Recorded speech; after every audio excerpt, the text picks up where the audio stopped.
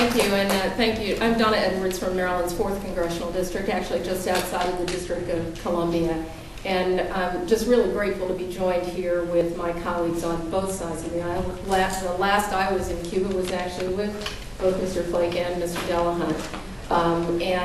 It seems that we've come so far, but not quite so far. When I think about U.S.-Cuba policy, I can think of no other area where we have made such a significant investment in failure.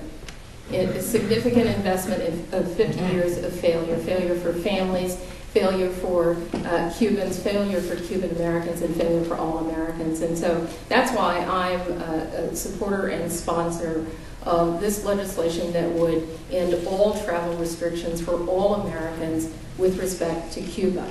As my colleagues have pointed out, I can think of no better thing to do than to exchange culture and arts and sciences and education and people and build relationships, because that's how you transform folks, by building relationships. And we don't have that opportunity in the way that we should as all Americans with Cuba. Our policy with Cuba is actually not about Cubans or even about Cuban Americans. It's about all Americans. It's about our values. It's about what we stand for and the kind of relationships that we want to build around the world. And so I want to invest in the next 50 years of success when it comes to Cuba. And that means, one, going after the low-hanging fruit, which is what I think ending the travel restrictions are. That's the very least that we can do. And then there's more down the line, but let's get through that first.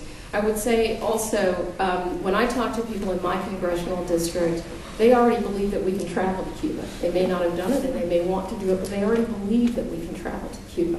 Even in the darkest days of the Cold War, we could travel behind the Iron Curtain. We could travel to China, even in days when we didn't have full diplomatic relationships. And yet we can't do that with an island just off our coast. And so I think it's really time for a change. I'm pleased that we have a new administration with a new start. And what I would say is for us to join together as Cuban Americans, as Americans, and say to this new administration and to this new president, Yas Loa.